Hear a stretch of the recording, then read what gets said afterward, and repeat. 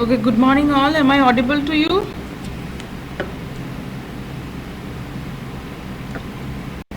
Am I audible? Okay. Okay, so today we'll start about the anterior and lateral compartment and little about medial compartment. Medial compartment is not so important for leg, but anterior and lateral compartment of leg and little about the dorsum of foot we'll discuss today. Okay, so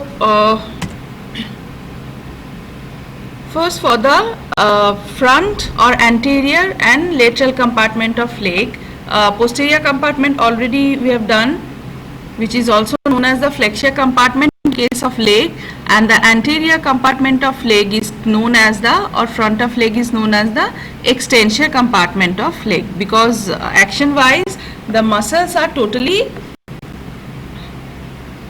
extension muscles. Okay, so for the anterior and lateral compartment, the superficial fascia of the front of leg and the dorsum of foot contains the superficial vein, cutaneous nerve, lymphatics and the some unnamed arteries. So first the superficial veins. So what are the thing we can see in the superficial fascia? Front of leg, lateral compartment and dorsum of foot में we can see in the superficial fascia some superficial veins, some cutaneous nerve, some lymphatics and some unnamed arteries. Okay, so first what are the superficial veins we can see here? The dorsal venous arch. Dorsal venous arch we can see in the dorsum of foot, and great and long saphenous vein, very important, great or long saphenous vein and small or short saphenous vein. So this saphenous vein is very important structure in case of leg. Okay, so these are the superficial veins we can see in the superficial fascia. Now what are the cutaneous nerve we can see? So for cutaneous nerve we can see the infrapatellar branch of the saphenous nerve. The saphenous nerve itself, it is a branch from the posterior division of femoral nerve. Okay, this saphenous nerve is little important in case of leg. It pierces the deep fascia on the medial side of the knee. Okay, what happened about this saphenous nerve? It is a branch from the femoral nerve, posterior branch actually, posterior division of the femoral nerve it is.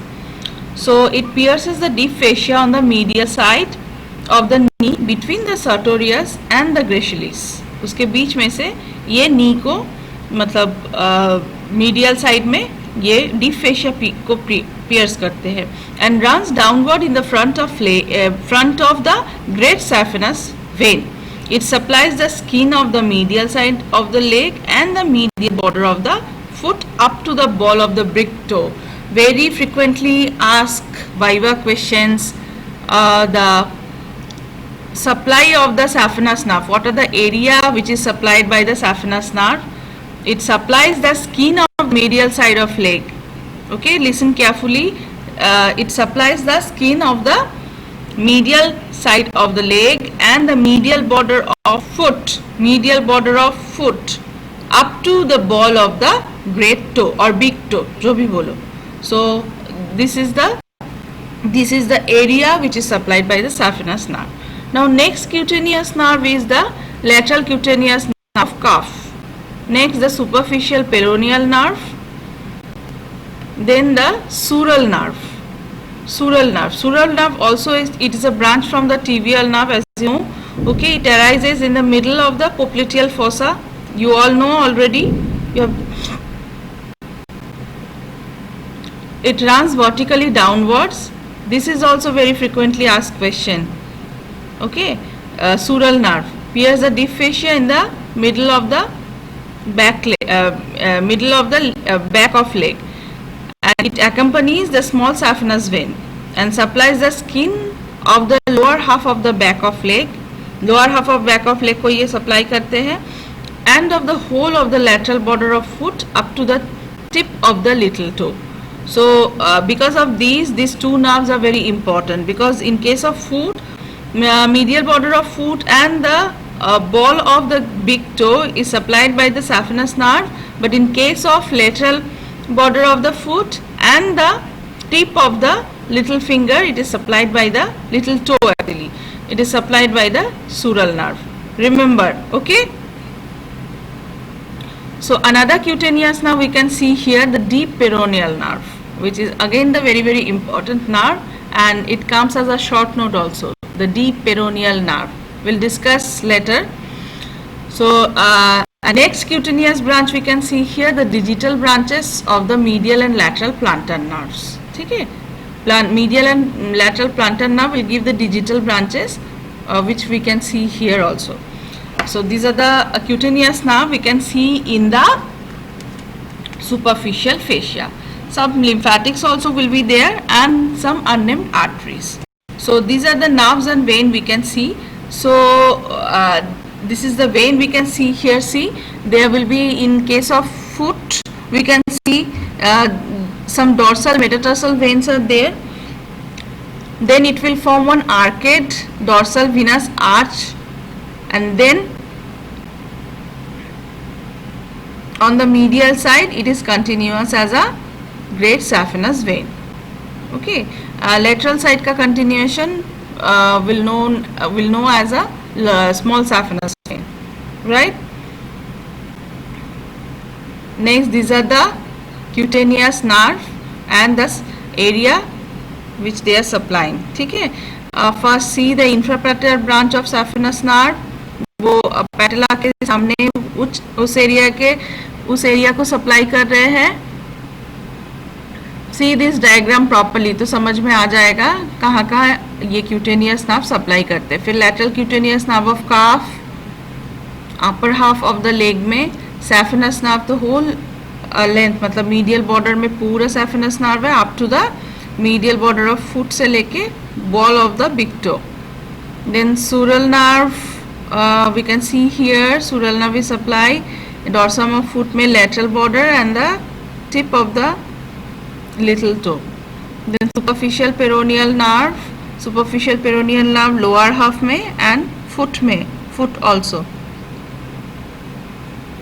Then digital branches of lateral plantar nerve and medial plantar nerve will supply to the medial plantar nerve, supply 3.5 digits from medial side to lateral, and lateral 1.5 digit is supplied by the lateral plantar nerve, and deep peroneal nerve also supply only this area of the foot. See this diagram carefully, okay? So ये cutaneous nerve supply of leg and dorsum of foot, ये viva के questions हैं, ये viva में पूछते हैं examiners. So remember this. Now little clinical related to this, saphenous nerve may be subjected to entrapment neuropathy. Entrapment neuropathy is a condition as it leaves the adductor canal. तुमको पता है adductor canal को leave करके ये नीचे आते हैं saphenous nerve. So leading to pain in the area of its supply. Because of this, it is entrapped on this region. So which is known as this disorder is known as the entrapment neuropathy. तो उसके वजह से pen होता है. Total the जहाँ supply करते हैं, मतलब तो पूरे कोर्स जहाँ पे इसका पूरे होल कोर्स में वी कैन फील पेन. ठीक है? So this is one applied part of the saphenous nerve. The disorder is known as the entrapment neuropathy.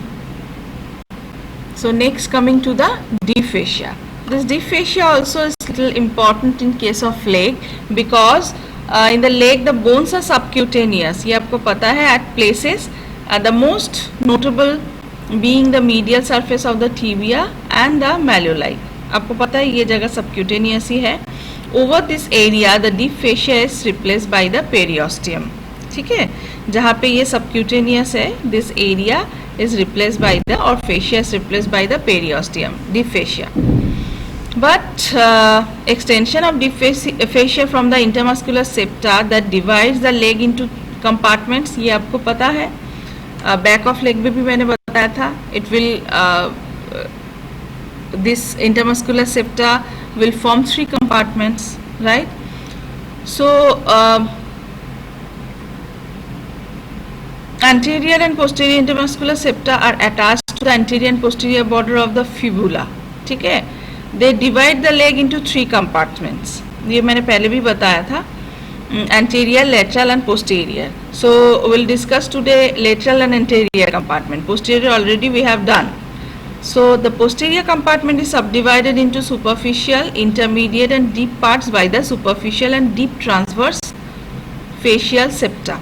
So यहाँ पे क्या है, the posterior compartment में भी वो subdivided हो रहा था, वो मैं details नहीं बोलूँगी. But in case of anterior compartment, around the ankle also you can say. So we see there will be the modification of the deep fascia, which is known as the superior extensor retinaculum and extensor retinaculum are there, and this is 2 types of extensor retinaculum we can see in case of leg. So superior extensor retinaculum and the inferior extensor retinaculum. So this is a very important thing. It can comes as a short note also. Okay, superior and inferior extensor retinaculum. So attachment wise medially, this superior extensor retinaculum first we'll see. हम लोग diagram देखते हैं. Okay, see the first one, जो first ये diagram में जो first band दिख रहा है ग्रीन कलर का, this is the superior extension retinaculum. So medially it is attached to the lower part of the anterior border of the tibia.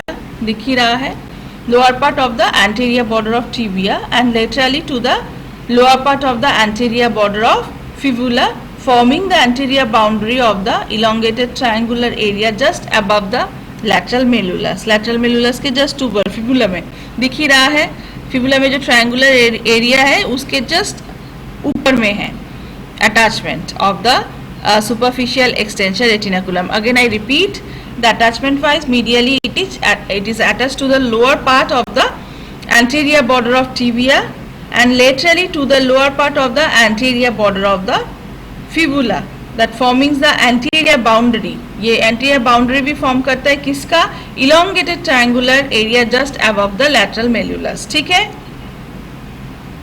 उसका anterior border form करते हैं.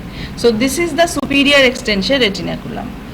Now coming to the inferior extensor retinaculum, we can see beneath the superior, we can see Y-shaped inferior extensor retinaculum दिख रहा है. See the diagram.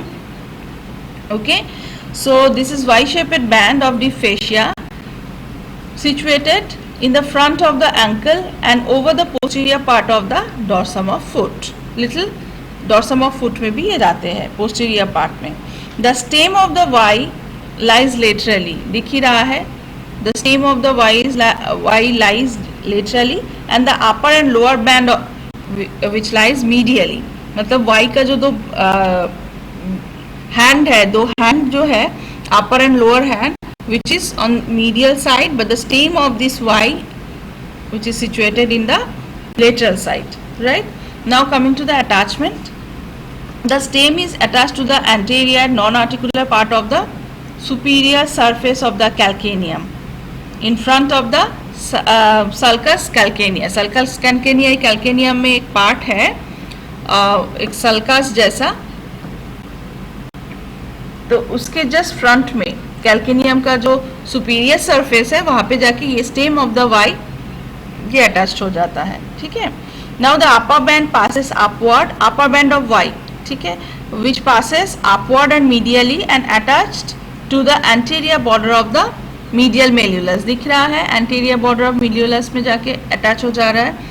But the lower band passes downward and medially, ठीक है, and is attached to the plantar aponeurosis. ये जाके attach हो जाता है प्लांटर एपोन्यूरोसिस के साथ.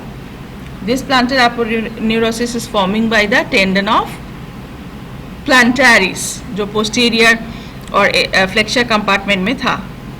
Remember, so this is the attachment of this inferior extensor retinaculum. Now coming to the structure passing through or passing under cover the extensor retinaculum. These are, what are the structure we can see here?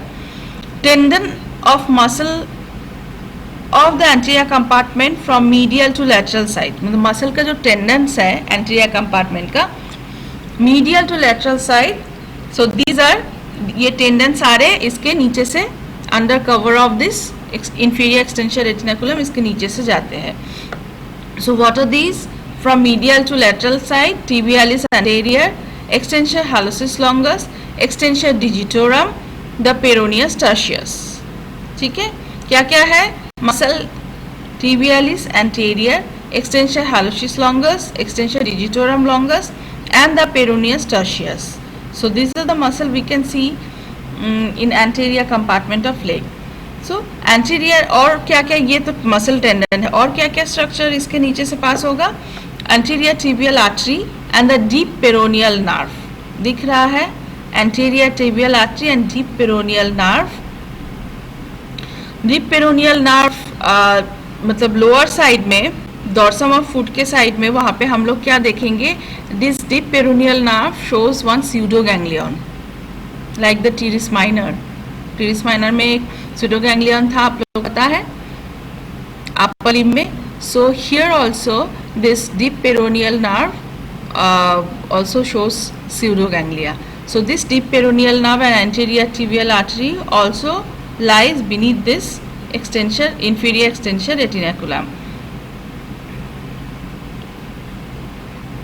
And both the nerve and artery lie between the tendon of the extensor hallucis longus and the extensor digitorum longus. ठीक है, ये दोनों nerve extensor digitorum and extensor hallucis के बीच में रहते हैं. And this anterior tibial artery, see this anterior tibial artery, जब ये दोनों मेलुलस के बीच में से पास होके फुट में आ रहा है, remember one thing, this anterior tibial artery, when it descend downward in between the two malleolus, medial and lateral malleolus, so after this, after passing these two malleolus, this artery is continuous as a dorsalis pedis artery, dorsalis pedis artery. ठीक है, so anterior tibial artery को ही हम लोग dorsalis pedis artery बोलेंगे after when it passes between these two malleolus. After this we this artery continues as a dorsalis pedis artery. So these are the structure which is passing beneath the extensor retinaculum. ठीक है, clear हुआ everyone? This extensor retinaculum, attachment and the structure passing beneath this. So this is nothing but the modification of deep fascia only. Okay, so now coming to the this is the transverse sections we can see here. If we take the transverse sections, we can see the structures like this.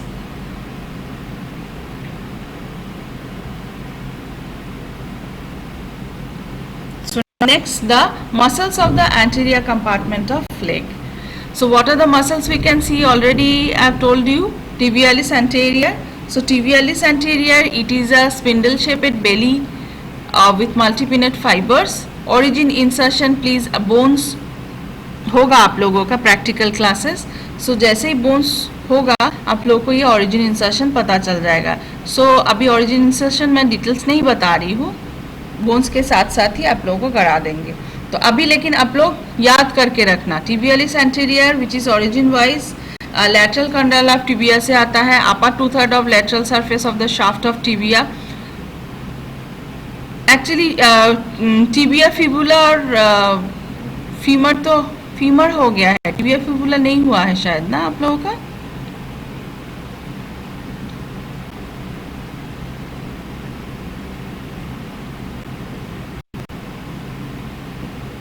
Already have you done tibia and fibula? Please reply.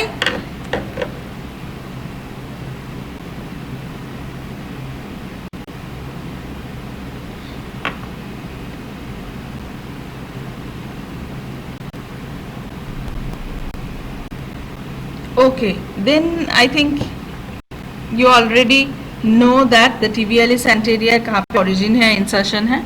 So what are the muscle? Just we discuss this thing. ठीक है, origin insertion obviously याद करके रखना. So tibialis anterior, then the extensor hallucis longus, I am telling about medial to lateral side. ये इसके tendon exact ऐसे ही दिखता है लेग में. tibialis anterior का most medially, then extension hallucis longus, समझ में आ रहा है. ये हैलक्स मतलब बिग टो में जा रहा है. Then extension digitorum longus like the upper limb, extension digitorum also going to the 4 digits, okay, 4 digits of foot.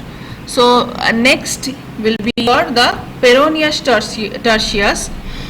It is a separated part of the extension digitorum longus only, ठीक है, and may be regarded as its fifth tendon. So peroneus tertius, another muscle we can see here, but सब बोलते हैं कि this is a separated part of extension digitorum longus. इसके fifth tendon के हिसाब से काम करते हैं, but named as a name it is known as the peroneus tertius, ठीक है. And one more muscle is there, but sometimes ये always we cannot see this muscle. So this is the extension digitorum brevis. This is a small muscle situated on the lateral part of the dorsum of foot, dip to the tendon of the extension digitorum longus. ये leg में हम लोग को नहीं दिखता है, but we can see in the dorsum of foot, most lateral part में, dip to the tendon of extension digitorum. उसके नीचे अगर देखेंगे foot में हम लोग को, ये leg में नहीं दिखता है, foot में हम लोग को this muscle we can see the extension digitorum brevis. बहुत छोटा सा muscle है. So this muscle arises from anterior part of the superior surface of calcaneum. इसीलिए leg में इसका नहीं है. leg में only we can see the 4 muscles: tibialis anterior, extension hallucis longus, extension digitorum longus and the peroneus tertius. But dorsum of foot में most laterally we can see this muscle extension digitorum brevis. इसको आप confuse मत होना. Leg के अगर muscle पूछेंगे anterior compartment में तो 4 मसल है, ठीक है. ये this extension digitorum Brevis is a muscle of the dorsum of foot, ठीक है. So this muscle actually this insertion wise it is the muscle divides into 4 tendons for the medial photos. Medial photos के लिए मतलब little से लेके हेलक्स के पहले तक. The medial most part of the muscle which is distinct is known as the extensor hallucis brevis. उसको हम लोग extensor hallucis brevis बोलेंगे, जो हैलक्स के साइड वाला होगा पार्ट. छोटा सा मसल है वो भी. And as the extensor hallucis brevis, हाँ उसको is inserted into the dorsal surface of the base of proximal phalanx of big toe. उसमें जाके एक्सटेंशन हालोसिस ब्रेविस अटैच हो जाता है और इंसर्ट हो जाता है. कहाँ पे? Dorsal surface of base of the proximal phalanx of big toe. Now the lateral 3 tendons join the lateral side of the tendon of extension digitorum longus to form the dorsal digital expansion for the second, third and fourth toes. ठीक है, clear हुआ? इसका insertion extension digitorum Brevis का ये arise होता है superior surface of the calcaneum से, anterior part of the superior surface of calcaneum. But क्या है insertion wise? It is divided into 4 tendons. वो 4 टेंडन में डिवाइड हो जाता है मीडियल 4 के लिए, ठीक है, मीडियल 4 टोस के लिए, मतलब बिग टो से लेके लिटिल टो के पहले तक, है ना. So the medial most part of the muscle which is distinct and known as the extensor hallucis brevis. क्योंकि वो big toe में जाके अटैच हो रहा है तो इसीलिए hallucis और छोटा सा टेंडन होता है, इसीलिए brevis. brevis means short. So extensor hallucis brevis बोलते हैं most medial part को जो hallux में जाके join हो जाता है. तो brevis extensor hallucis brevis कहाँ insert हो जाता है? dorsal surface of the base of proximal part or phalanx of the great toe.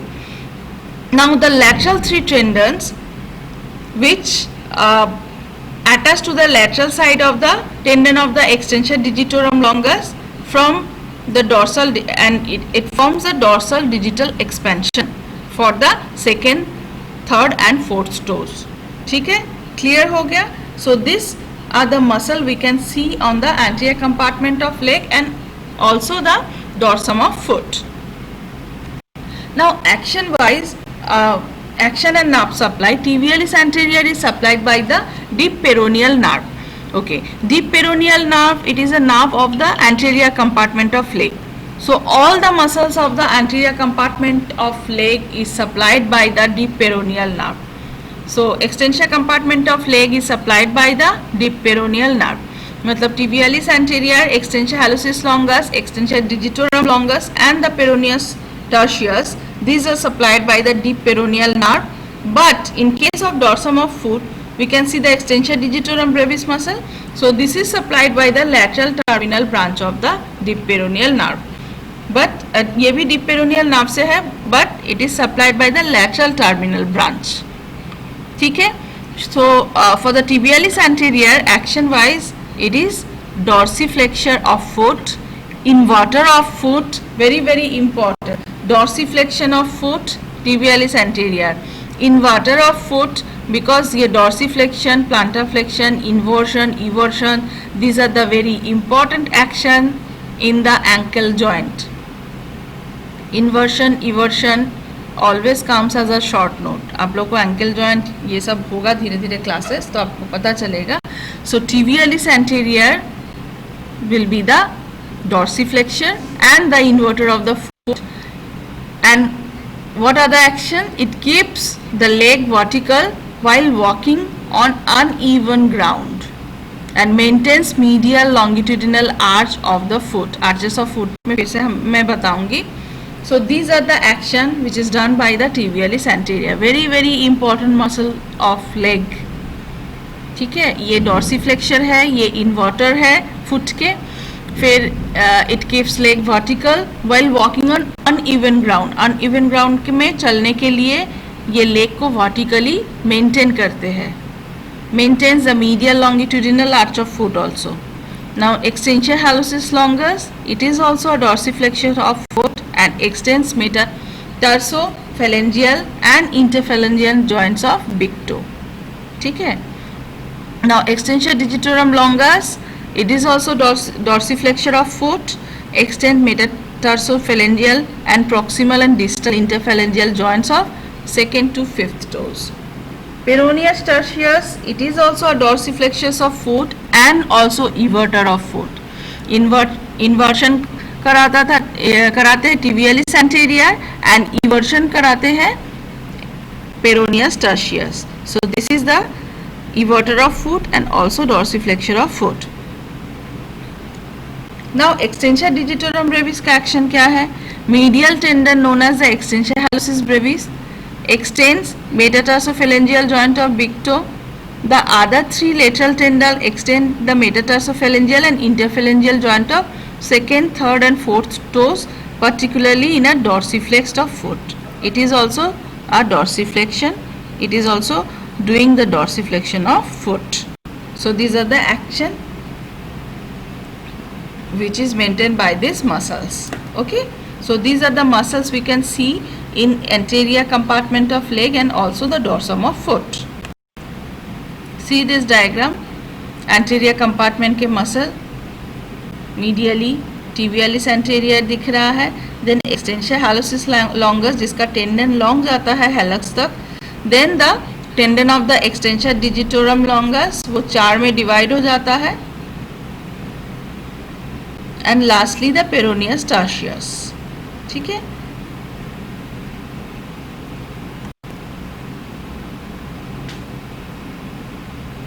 tibialis anterior के anterior को individually दिखा है कहाँ से कहाँ तक आ रहे हैं tibialis anterior. ओके. ये extensor hallucis longus, ये कैसे आते हैं fibula से.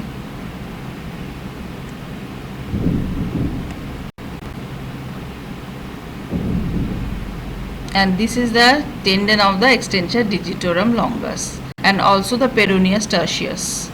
See, ये देखोगे अच्छे से तो क्लियर हो जाएगा इसका अटैचमेंट.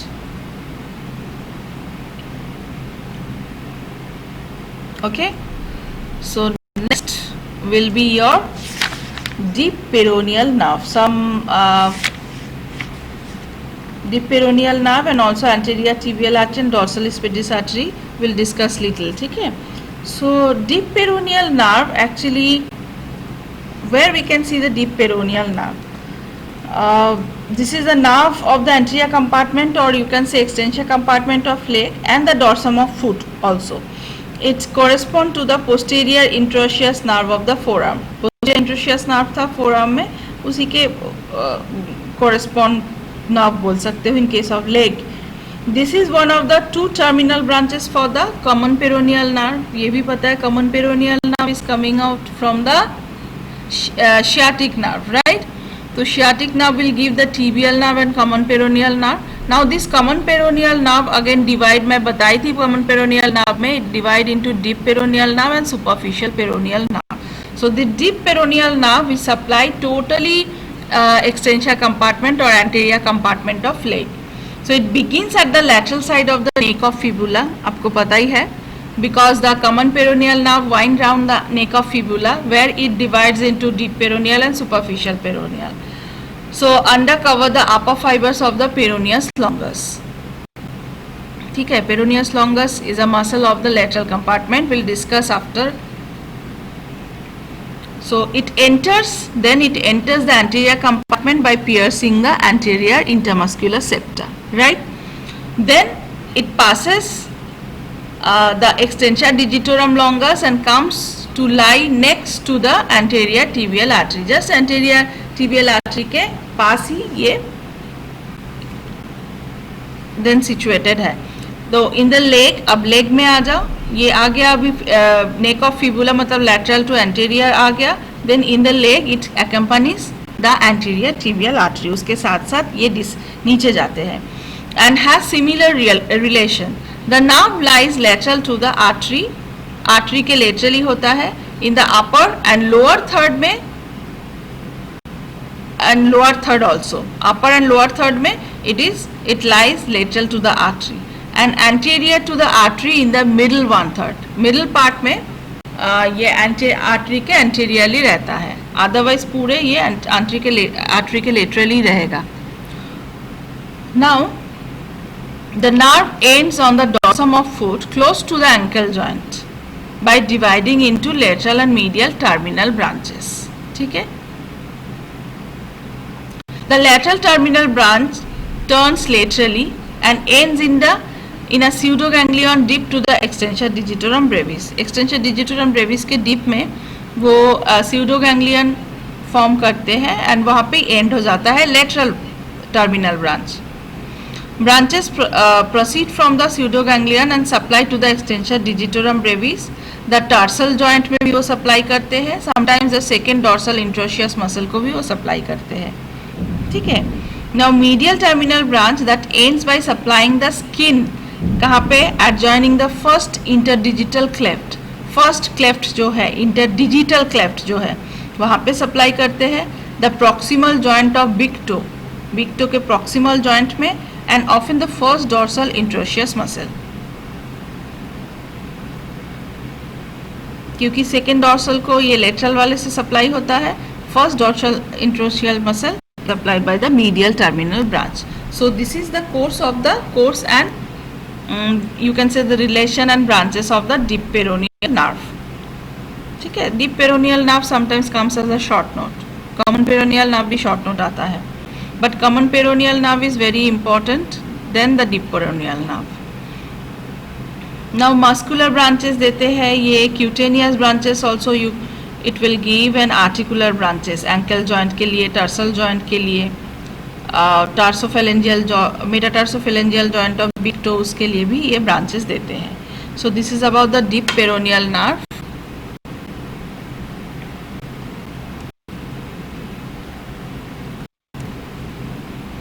सी कॉमन पेरोनियल नर्व डिवाइड होता है deep peroneal and superficial peroneal nerve में. ठीक है,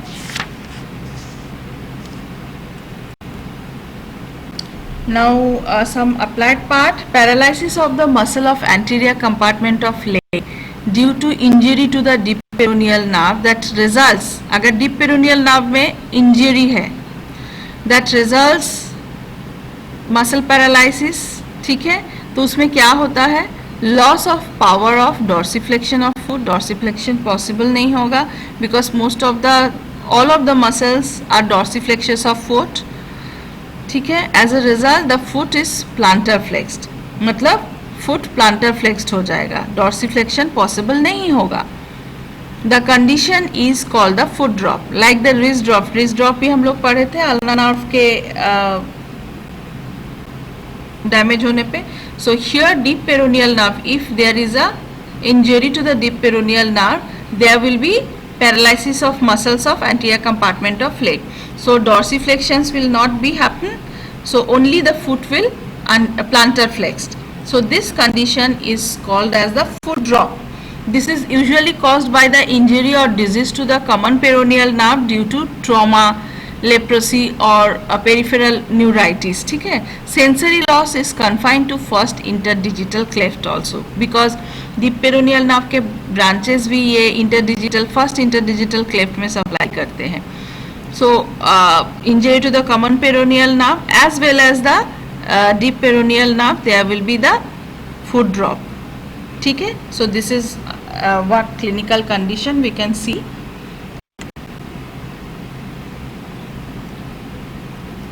Now coming to the arteries of the leg and dorsum of foot. So first artery will be the anterior tibial artery. So anterior tibial artery, this is actually the smaller terminal branch of the popliteal artery. आपको मैं back of leg में बताई थी popliteal artery will divide into anterior and posterior tibial artery. Okay, so smaller terminal branch is the anterior tibial artery that from the popliteal artery. It reaches the front of leg through an opening in the interosseous membrane. वहाँ पे एक opening है, वहाँ से ये anterior compartment में आते हैं. That runs amongst muscle of the front of leg till midway between the medial and lateral malleolus. मतलब ये पूरे नीचे तक आते हैं along the deep peroneal nerve up to the in between the part of the medial and lateral malleoli. उसके बीच medial lateral malleolus के बीच तक ये आते हैं. कंटिन्यू डिसेंड डाउनवर्ड होता है ये. ठीक है. Where it ends by changing its name, यहाँ पे इसका नाम चेंज हो जाता है. It is known as the dorsalis pedis artery. So this anterior tibial artery muscular to the muscles of anterior compartment of leg, cutaneous to the skin of leg. It is muscular to the anterior compartment of leg but cutaneous to the skin of leg. Leg के skin में ये little cutaneous हो जाता है. Articulate to the knee joint, it is articulate to the knee joint. Articular anastomosis करते हैं knee joint के around में. Through the anterior and posterior tibial recurrent branches, मतलब ये सारे ब्रांचेस यहाँ पे देते हैं. मसल्स में भी ये सप्लाई करते हैं. क्यूटेनियस ब्रांच देते हैं स्किन में. फिर around the knee joint it will give some recurrent branches and also to the ankle joint through anterior medial and anterior lateral malleolar branch. So these are the branches is supplied or giving by the anterior tibial artery. Now coming to the dorsalis pedis artery. So here we can see the anterior tibial and the dorsalis pedis artery. See the anterior tibial artery, ये जो intermuscular septa है इसको pierce करते हुए ये anterior में आ रहे हैं. Because it is a branch from the popliteal artery which we can see on the back of leg. ठीक है. popliteal fossa में दिखते हैं popliteal artery. popliteal artery also is a continuation of the femoral artery. ठीक है. So anterior tibial artery पूरे नीचे आते हैं along the deep peroneal nerve दिख रहे हैं, but in between the two malleolus के बीच में आके this artery continues as a dorsalis pedis artery. Now dorsalis pedis artery is a very important short note. Remember, it is a very important short note. Dorsalis pedis artery. ठीक है. So now little about the dorsalis pedis artery. So this is a chief artery of dorsum of foot. ये पूरे chief artery है. It is commonly palpated in the patient with vaso-occlusive disease of the lower limb. It is a continuation of anterior tibial artery on the dorsum of foot. Now course-wise, the artery begins in the front of ankle joint between the two malleoli it passes forward along the medial side. देखो diagram देखो तो समझ में आएगा. It passes along the medial side of the dorsum of foot to reach the proximal end of the first intermetatarsal space. देखो first intermetatarsal space में ये आ रहा है, ठीक है. Here it dips downwards between the two heads of first dorsal interosseous muscle. यहाँ पे dorsal interosseous muscle है like the hand, तो ये dips downward. First two dorsal interosseous muscle के बीच में से ये dip चले जाते हैं and ends in the sole by completing the plantar arterial arch. Sole में plantar arterial arch है, उसको complete करने के लिए ये फिर सोल में चले जाते हैं, ठीक है. So this is the course of dorsalis pedis, but relation wise superficial इसका होगा skin, fascia and inferior extensor retinaculum. Extensor hallucis brevis which crosses the artery from lateral to medial side. Hallucis brevis lateral से medial side में artery को cross करते हैं.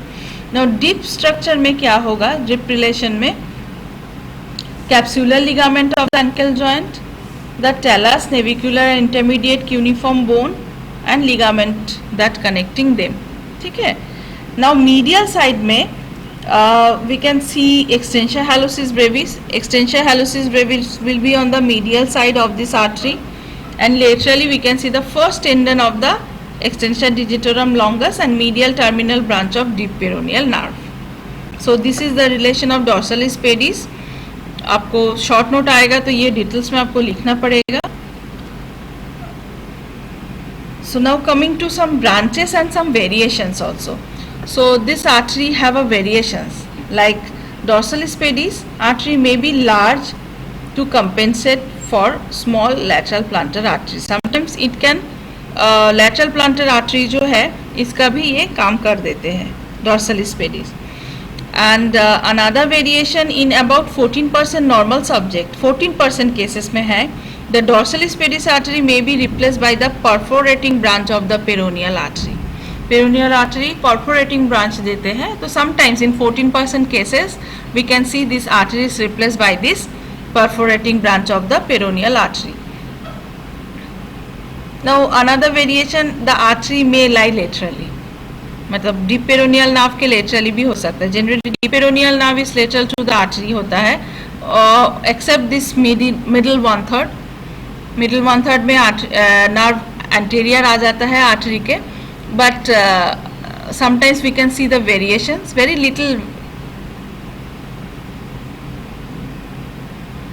Little cases में हम लोग देखते हैं कि ये आर्टरी मतलब लेटरल आते हैं नर्व के, ठीक है. So these are the variations we can see. And branches में इट विल गिव, यहाँ पे डायग्राम देखो तो समझ में आएगा. लैटरल टर्सल आर्टरी देते हैं, मीडियल टर्सल आर्टरी देते हैं, ठीक है.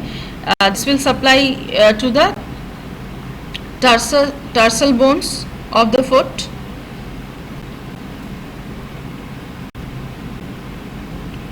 And then it will form the arcuate artery. Arcuate artery form कर रहे हैं. So arcuate artery से digital artery निकलते हैं. First dorsal मतलब metatarsal artery पहले होगा, then the digital artery. So dorsalis pedis artery पहले first branch will be anterior medial malleolar and anterior lateral malleolar. Then it will giving to the medial tarsal and lateral tarsal. Then it forms the arcuate artery. Arcuate artery क्या देते हैं? Branches देते हैं. First dorsal metatarsal artery and the other dorsal metatarsal artery also. And then lastly dorsalis pedis artery dipping to the sole in between the first dorsal interosseous muscle के two heads के बीच में से ये soul में चले जाते हैं. And then it will form the digital arteries also. Clear हो गया? Dorsalis pedis artery. Now one applied part is there about the dorsalis pedis. Pulsation of the dorsalis pedis artery are easily felt between these two tendon of the extensor hallucis longus. ये आप लोग अभी भी अभी भी आप लोग feel कर सकते हो। बिटवीन दिस टू मेल्यूलस आप वहाँ पे फिंगर्स रखो, देखो pulsation, you can feel the pulsation, ठीक है। And the first tendon of the extension digitorum longus, उसके बीच में extension hallucis and the first tendon of extension digitorum longus. In between these two malleolus, we can feel the pulsation of the dorsalis pedis artery. It must be remembered, however, that the dorsalis pedis artery is congenitally absent in about 14% cases. 14% cases में congenitally इसका absence दिखता है. There it is replaced by the perforating branch of the peroneal artery. So this is about the dorsalis pedis artery. See here, you can feel here, you can feel now also, you can try, ठीक है।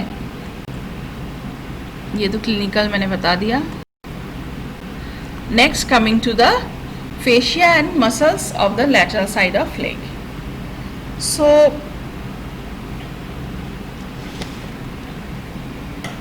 the lateral or peroneal compartment also known as the peroneal compartment of the leg, bounded anteriorly by the anterior intermuscular septum, posteriorly by the posterior intermuscular septum, medially by the lateral surface of fibula and laterally by the deep fascia.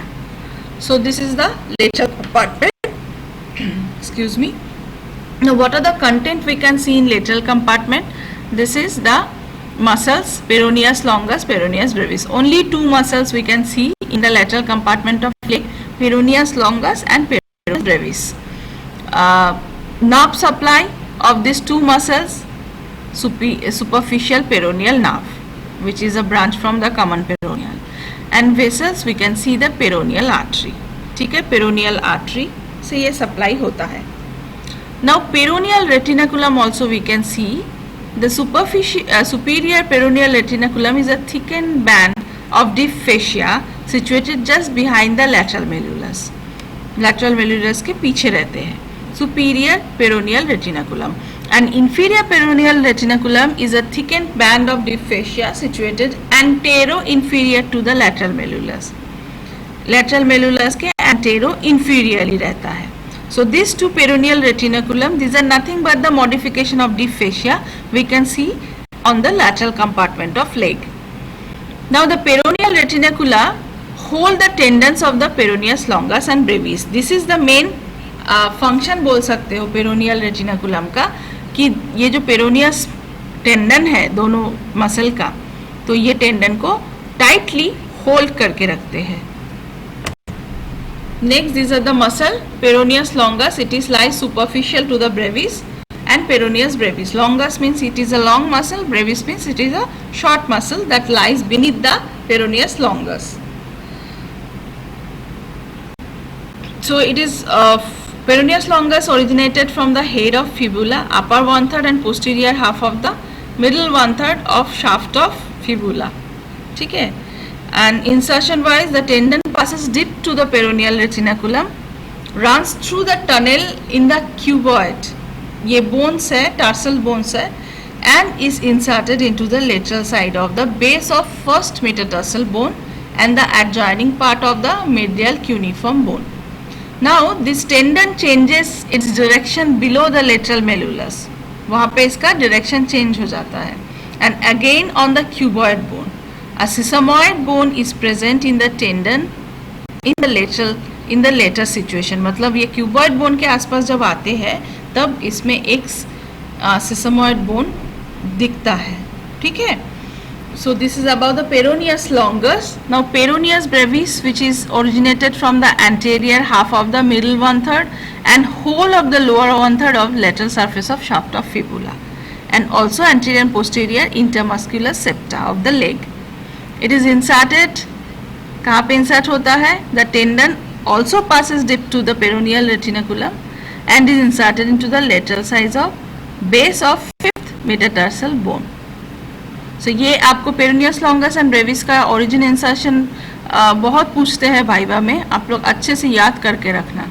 And nerve supply wise, these two muscles chiefly supplied by the superficial peroneal nerve.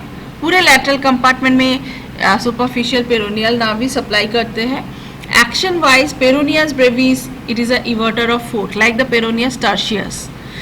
Peroneus tertius के साथ Peroneus brevis, it will maintain the eversion of foot.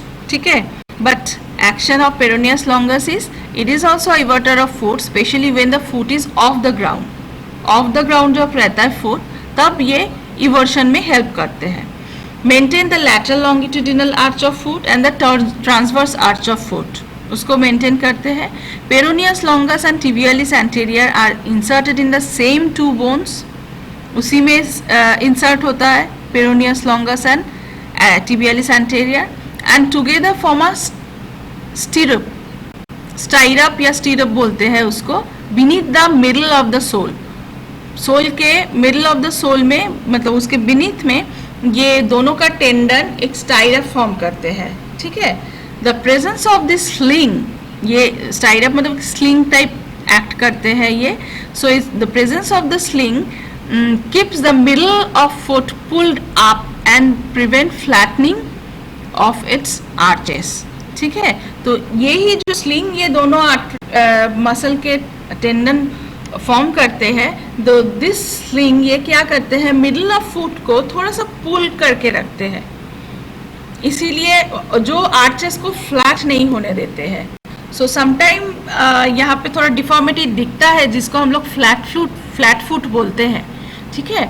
सो ये sometimes ये जो दोनों tendon का जो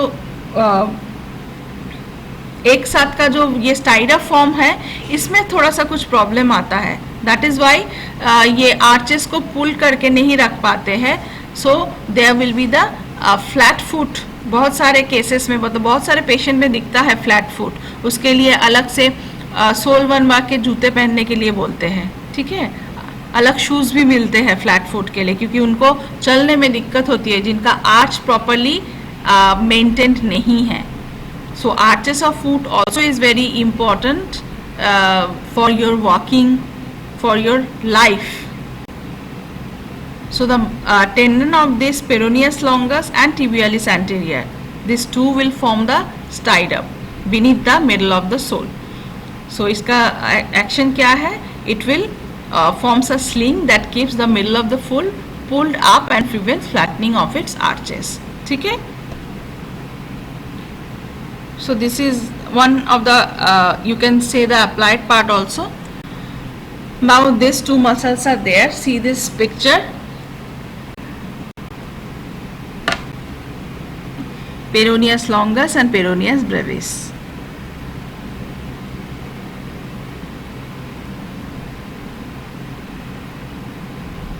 ठीक है.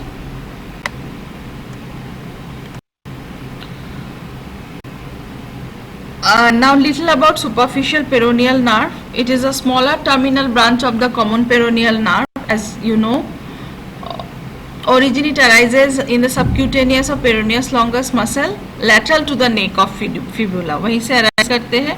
Then it descend in the lateral compartment of leg, deep to the Peroneus longus and lies in between the Peroneus longus and brevis. दोनों के बीच में रहते हैं.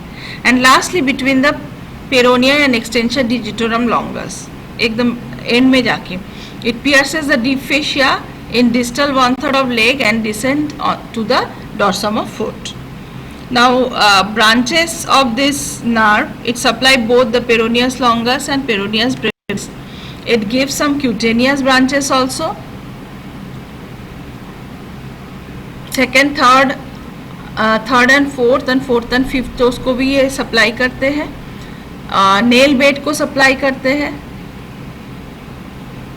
नहीं, the nail beds are not supplied as as these are supplied by the medial plantar. मतलब medial 3.5 and by the lateral plantar lateral 1.5 toes. ठीक है. Adjacent side of the big and second toes are supplied by deep peroneal nerve. ये तो deep peroneal nerve का हो गया. Big and second toe का adjacent part जो है. The medial border of the foot is supplied by the saphenous and lateral border sural nerve. तो ये पूरे टो का सप्लाई है. Superficial peroneal nerve that dorsum में कहाँ देते हैं? ये branches to the medial side of the big toe के मीडियल साइड में देते हैं, फिर adjacent to the adjacent side of second, third and third, fourth and fourth, fifth, वहाँ पे देते हैं ये सुपरफिशियल पेरोनियल का branches. But in case of nail bed को क्या कौन सप्लाई करते हैं? मीडियल 3.5 को सप्लाई करते हैं medial plantar branch, and lateral 1.5 को सप्लाई करते हैं lateral plantar branch. Then adjacent side of big and second toe supplied by the deep peroneal. ये आप वो जो डायग्राम देखोगे ना नर्व सप्लाई का, तब भी उसी में आपको समझ में आ जाएगा. फिर मीडियल बॉर्डर को करते हैं सैफेनस नर्व, लेटरल बॉर्डर को करते हैं sural nerve. So this are the supply of the dorsum of foot.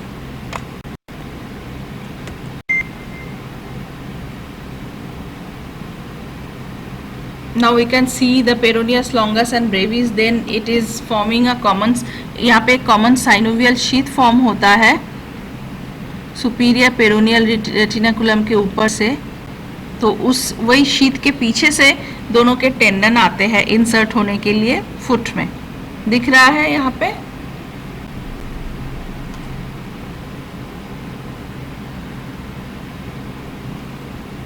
ठीक है. Next, about the applied superficial peroneal nerve supplies both peronei, मतलब peroneus longus and peroneus brevis को supply करते हैं, and then divides into medial and lateral cutaneous branches जो supply करते हैं dorsum of foot में. Superficial peroneal nerve can get entrapped as it penetrates the deep fascia of the leg. वो डिफेशिया को piers करते हुए ही आते हैं लेटरल पार्ट में, मतलब नीचे तरफ. So it may also be involved in lateral compartment syndrome. Its paralysis causes loss of eversion of foot at the subtalar joint. तो अगर नर्व इंजरी हो या फिर नर्व entrapment हो तो नर्व के पूरे कोर्सेस में आपको पेन फील होगा. सो लैटरल कंपार्टमेंट सिंड्रोम बोलते हैं उसको.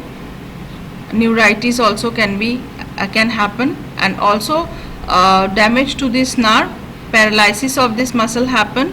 So paralysis दोनों मसल का हो जाएगा तो there will be loss of eversion of foot at the subtalar joint. Subtalar joint में eversion possible नहीं होगा.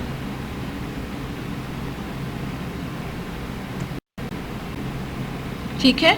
So some important tendon on medial side of leg. Medial side में as such कोई एक्चुअली मीडियल कंपार्टमेंट तो leg का है नहीं, because this 2 intermuscular septa forms the leg into 3 compartment, anterior, posterior and lateral.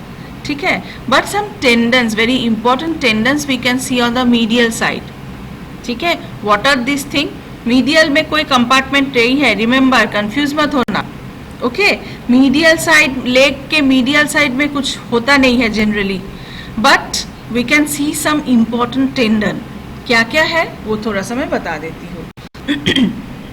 The tibial collateral ligaments is degenerated part of the tendon of adductor magnus. सबको पता है. So this will form. Here we can see one guy ropes. Guy ropes form होता है. The 3 muscle inserted into the upper part of medial surface of tibia represents one muscle from each of the 3 compartment of thigh. ठीक है. corresponding to the 3 elements of the hip bone. Tibia में क्या attach होता है, क्या क्या? sartorius, gracilis and semitendinosus. ठीक है. so this 3 muscle tendon will attach to the tibia, and these 3 muscle togetherly it forms the guy ropes. guy ropes form करते हैं, उसको guy ropes बोलते हैं, which we can see on the medial side of the leg. Medial side of leg में हम लोग उसको देखते हैं. तो sartorius belongs to the anterior compartment of thigh and is supplied by the nerve of ilium or femoral nerve. Gracilis also belongs to the medial compartment of thigh and is supplied by the nerve of pubis or obturator nerve. Semitendinosus posterior compartment of thigh के है and supplied by the nerve of ischium or sciatic nerve. So these are the different compartment muscle of the thigh, but it is inserted into the upper part of medial surface of tibia. ठीक है. So which represent one muscle. इसके 3 मतलब tendon मिलके एक muscle जैसा form होता है. This is known as the guy ropes which we can see on the medial side of leg. ठीक है. Now these three muscles are anchored below at one point and spread out above to span the pelvis like three strings of a tent.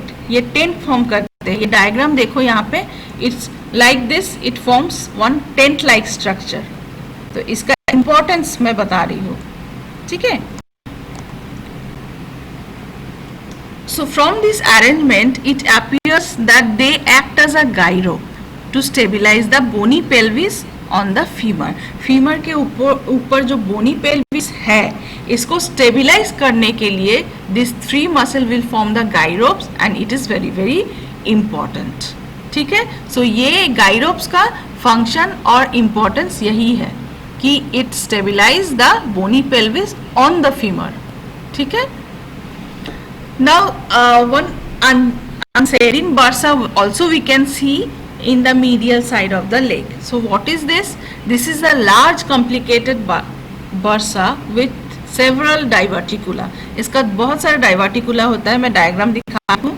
It separates the tendon of the sartorius, gracilis and semitendinosus at their insertion. मतलब वही tibia के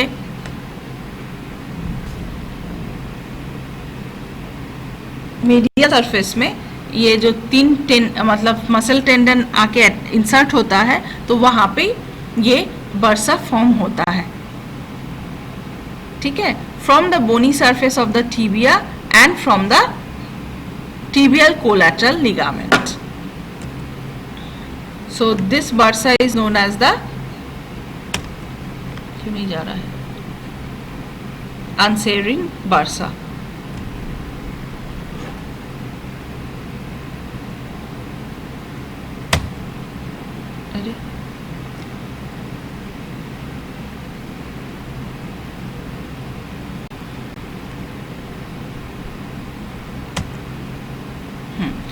So एक second.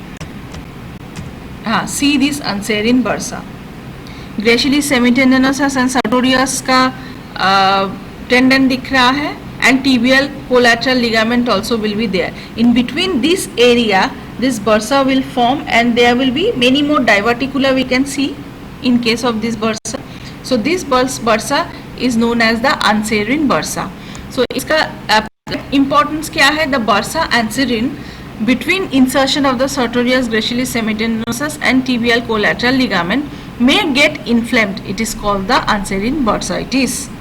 तो ये bursa very very important है because ये तीनों muscle आके मीडियल सरफेस ऑफ टीबिया में अटैच्ड होता है, जहाँ पे टीबियल कोलैटरल लिगामेंट भी है.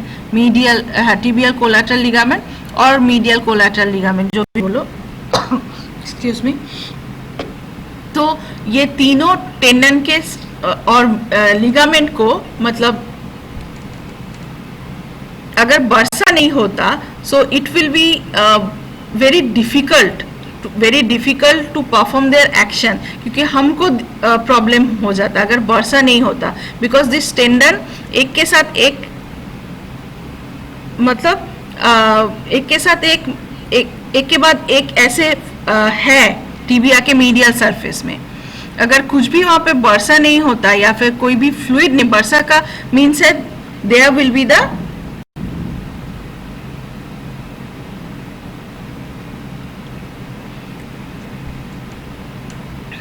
बर्सा क्यों होता है? Because there will be some fluid also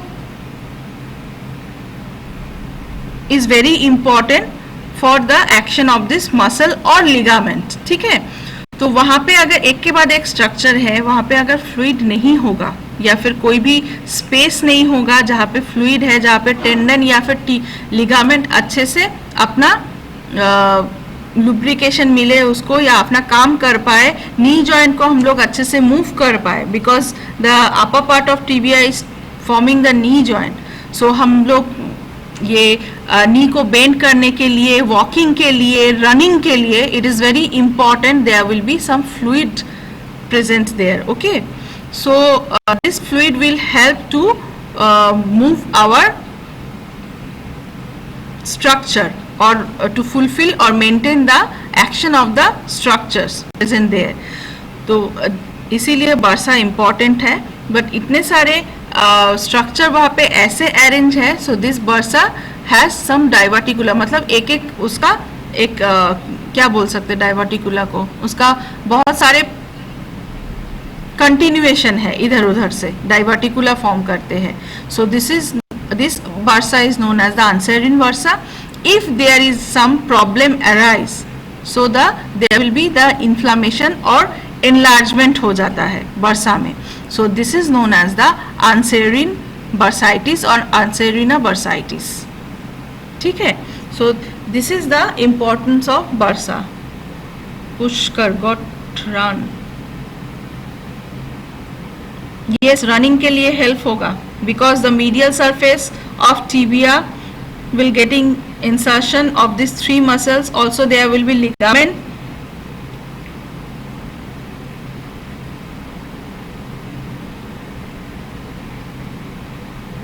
अच्छा, mistake, okay, by mistake send हो गया है, बट मुझे लगा आप रनिंग के लिए बोल रहे हो.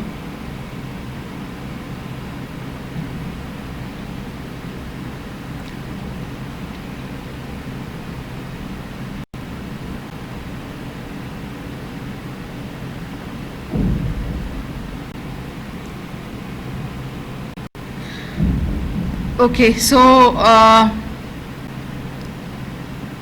hope you all have understood.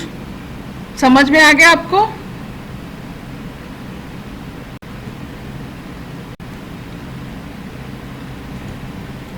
कुछ डाउट है? If there is any doubt, you can ask. Anterior compartment में मेन 4 मसल्स है, उसमें डिफेशिया का मॉडिफिकेशन है, superior extension retinaculum, anterior tibial artery है and deep peroneal nerve है. Then dorsum of foot में only we can see one muscle extension, digitorum brevis, और उसमें डॉर्सलिस पेडिस आर्टरी है, और जो deep peroneal nerve, superficial peroneal nerve है, उसके ब्रांचेस डॉर्सम ऑफ फुट को सप्लाई करते हैं. And also sural communicating nerve, saphenous nerve, ये सारे नर्व्स है which supply the dorsum of foot. और लेटरल कंपार्टमेंट में ओनली इम्पॉर्टेंट 2 मसल्स है, पेरोनियस लॉन्गस एंड ब्रेविस. उसमें नर्व है superficial peroneal nerve and peroneal retinaculum also will be there, superior and inferior. यही important thing है ये compartment में. Hope you all have understood all this. If any difficulty you can ask, any doubt you can ask. Everybody clear हो गया? कि कुछ doubt है तो पूछ सकते हो. Please reply.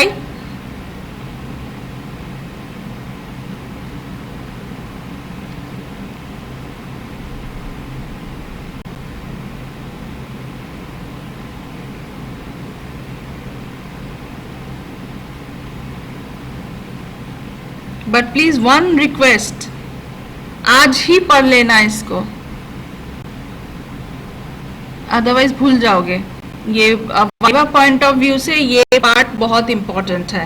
वाइवा में बहुत कुछ पूछते हैं यहाँ पे, और theoretical point of view also it is very important. Some short note also can expected from this area. Muscle के लिए जैसे tibialis anterior also comes as a short note. Peroneus tertius आ सकता है, पूरे पेरिनियाई मसल शॉर्ट नोट आता है, मतलब पेरिनियाई मसल करके आएगा तो आपको दोनों मसल को लिखना पड़ेगा. What ever you know of this 2 muscle. ठीक है.